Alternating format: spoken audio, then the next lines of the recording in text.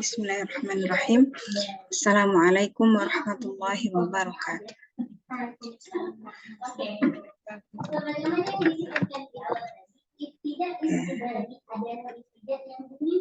Alhamdulillahirabbil alamin. Assalatu wassalamu ala sayyidil mursalin wa ala alihi wa sahbihi ajma'in. Amma ba'd. Ya, puji syukur kita sampaikan kehadirat Allah Subhanahu wa taala. Hari ini kita kembali berjumpa setelah terjeda beberapa waktu karena perkiraan yang meleset. Mohon maaf lahir dan batin. Ketemu lagi hari ini, mudah-mudahan Allah lampahkan jalan kebaikan ini. Amin ya rabbal alamin. Salawat dan salam kita sampaikan untuk Rasulullah Shallallahu alaihi wasallam, untuk keluarga beliau, para sahabat serta pengikut beliau hingga yaumil kiamah. Mudah-mudahan kita termasuk dari kalangan yang disebut ikhwan oleh beliau. Amin ya rabbal alamin. Oke, baik teman-teman. Hari ini seperti biasa bab kita biasanya tentang ibroh ya. Hari ini juga tentang ibroh. Yang mengambil tema tentang seorang sahabat yaitu Abu Ayyub Al-Ansari. Nah, kalau kita membahas tentang Abu Ayyub Al-Ansari, apa yang kita bayangkan? Ya, pertama orang Ansar, kedua hijrah ke Madinah, ya kan? Rasulullah pertama kali menginjakkan kaki ke Madinah, nginepnya di mana? Di rumahnya Abu Ayyub Al-Ansari, karena tunggangan beliau menghentikan kakinya di depan rumah Abu Ayyub, dan itu membuat semua orang iri, ya. Tapi ya qadarullah ya. Qadarullah, Allah izinkan itu terjadi di sana, akhirnya Rasulullah menginaplah di sana, kan seperti itu kisahnya Abu Ayyub Al-Ansari. Itu yang kedua. Kemudian yang ketiga, apa tentang Abu Ayyub Al-Ansari? Makamnya yang sudah sampai ke wilayah Konstantin sebelum Islam menaklukkan Konstantinopel. Nopel ya. Iya. Jadi makamnya sudah sampai duluan. Ya, jadi kan sejarahnya kan umat Islam itu karena mendengar ininya Rasulullah kan, sebaik-baik prajurit, pemimpinnya sebaik-baik pemimpin kan gitu kan, berlomba-lomba dari generasi ke generasi kan, yang sampai kemudian di generasinya Muhammad Al-Fatih. Sebelumnya kan bapaknya Muhammad Al-Fatih, kakeknya, itu kan terus berlomba-lomba gitu. Nah, sahabat Abu Ayyub saat itu, saya lupa waktu itu di zamannya siapa gitu ya, Abu Ayyub itu ikut berperang gitu, tapi memang qadarullah kalah gitu kan.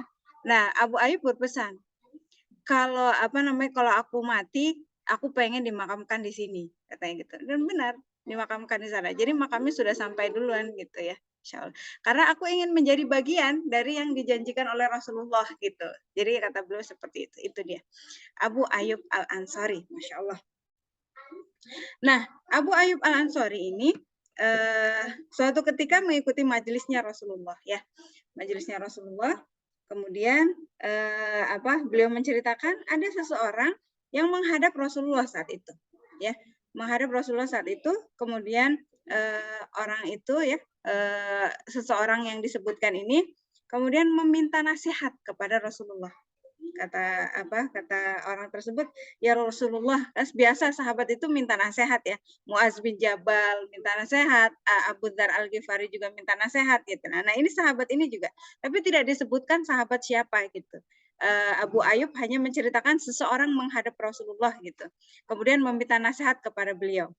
Ya Rasulullah, tolong beri aku nasihat yang singkat, katanya gitu kan. Kemudian Rasulullah memberikan nasihat kepada sahabat tersebut gitu ya, dengan 3 hal. Ya, dengan 3 hal ini diceritakan di dalam musnadnya Imam Ahmad ya. Kemudian di beberapa sunan, Sunan At-Tirmidzi salah satunya ya. Nah, di sana disebutkan Rasulullah menyampaikan pesannya, yaitu yang pertama, jika kamu hendak melaksanakan sholat ya, maka rasakanlah gitu. Maka rasakanlah sholat yang kamu kerjakan itu adalah seolah-olah sholat itu adalah sholat yang terakhir bagimu gitu. Itu yang pertama. Kemudian yang kedua, janganlah kamu mengatakan sesuatu yang pada akhirnya kamu akan minta maaf. Itu yang kedua, ya. Janganlah kamu mengatakan sesuatu yang pada akhirnya kamu akan minta maaf. Gitu. Itu yang kedua. Kemudian yang ketiga, kumpulkanlah keputusasaan terhadap apa yang ada pada manusia. Itu yang ketiga. Polemik ya kalimatnya ya.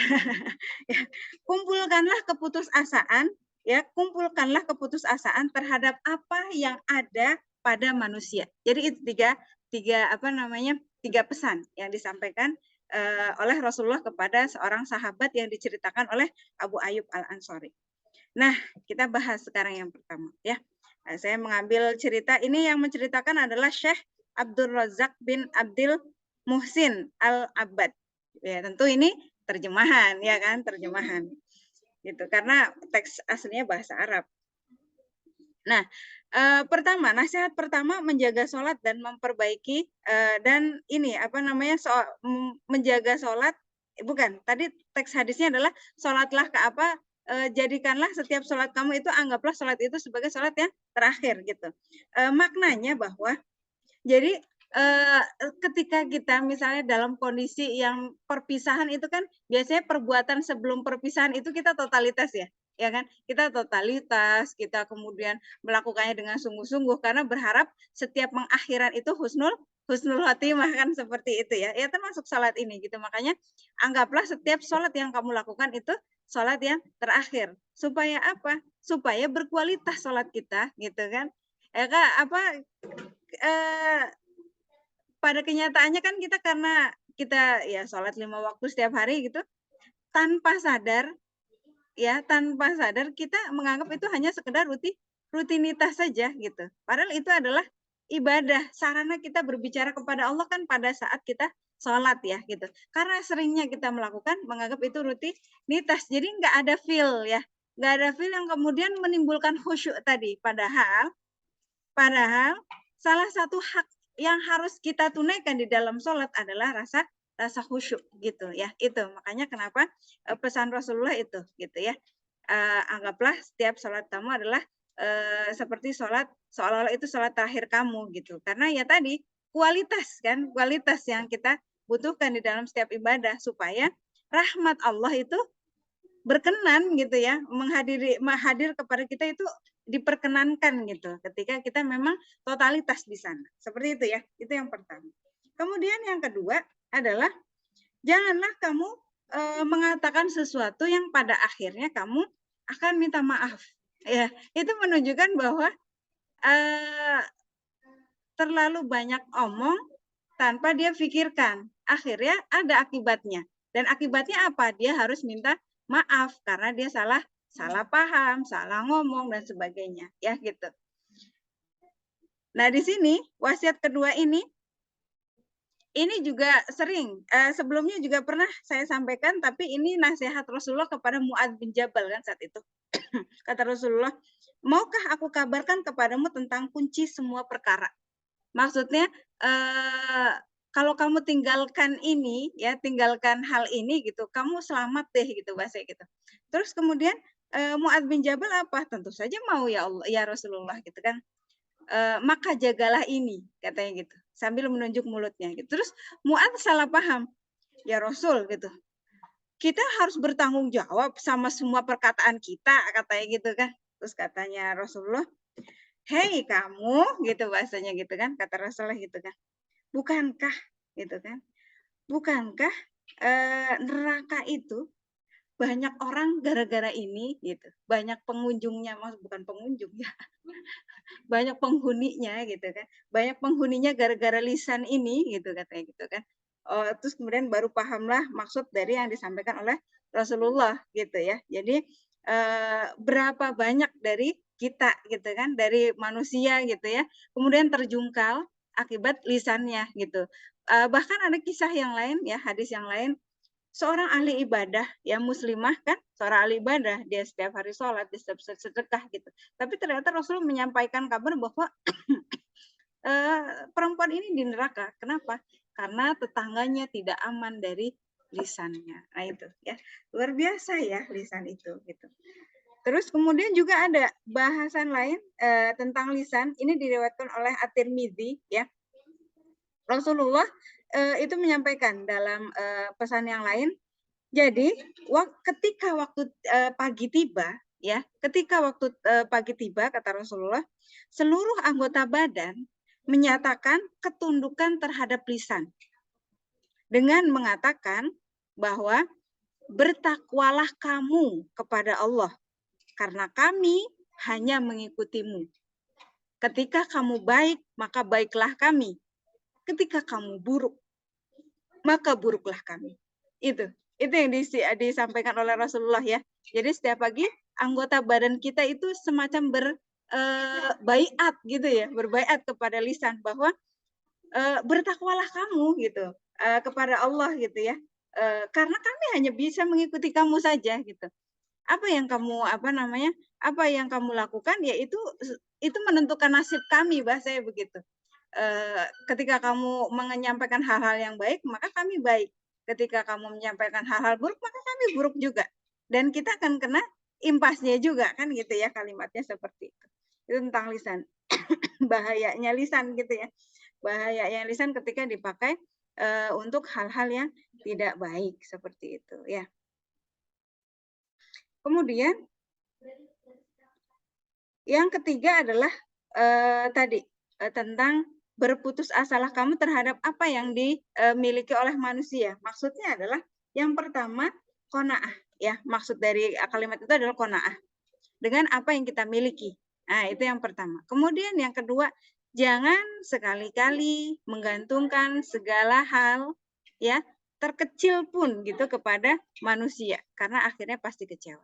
Ya itu kalimat biasa sering disampaikan setiap orang-orang bijak seperti itu ya gitu. Tapi ketika ini disampaikan oleh hadis Rasulullah berarti kukuhlah itu, ya kan? Berarti kukuhlah itu ya. Jadi betul apa namanya takwil bukan tadabur bukan tadabur pelajaran lah ibrah dari hadis itu tentang kumpulkanlah keputusasaan kamu terhadap apa yang dimiliki manusia. Yang pertama dari kalimat itu kita bisa ambil ibrah qanaahlah dengan apa yang kita punya gitu. Karena itu jalan terbaik untuk kita kemudian bersyukur, ya kan? Kalau kita tidak qanaah dengan itu, maka apa yang akan terjadi? Ya kufur gitu. Kita akan melihat sesuatu yang bukan milik kita, hasadlah jadinya kan gitu. Ya itu, berqanaahlah dengan apa yang kita miliki gitu ya. Karena itu membuat hati aman, membuat hati tenang dan selamat pastinya. Kemudian yang kedua, ya, gantungkanlah segala hal ya hanya kepada Allah gitu. Ketika memang kita mengharapkan bantuan orang lain, maka ketuklah bantuan orang lain itu melalui Allah seperti itu ya. Nah ini, jadi saya kutip dari surat At-Tolak, dan barang siapa yang bertawakal kepada Allah, niscaya Allah akan mencukupkan segala keperluannya. Surat At-Tolak ayat 3. Ayat yang familiar ya, ini sering disampaikan. Wa may yatawakkal 'alallahi fahuwa hasbuh. Ya. Demikian, semoga bermanfaat. Mohon maaf lahir dan batin. Saya akhiri. Assalamualaikum warahmatullahi wabarakatuh.